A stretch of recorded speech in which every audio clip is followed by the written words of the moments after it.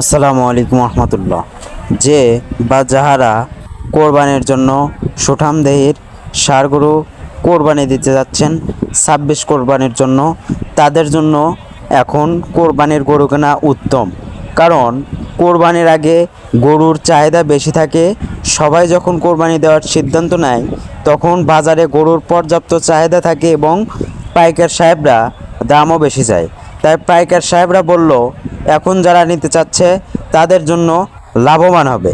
অর্থাৎ কোরবানির গরু, যদিও এর আগের ভিডিওতেও আমি বলেছি, এখনও বলছি, মাংস হিসেবে নেওয়া উচিত না, তারপরেও এটা আপনার আগে নেওয়াই ভালো।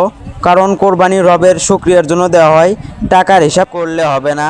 তাই এখনই আপনারা জেনে বুঝে হাট ঘুরে কোরবানির গরু নিয়ে যান। ভিডিওটি ভালো লাগলে অবশ্যই ফলো দিতে ভুলবেন না। সবাই ভালো থাকবেন। আসসালামু আলাইকুম।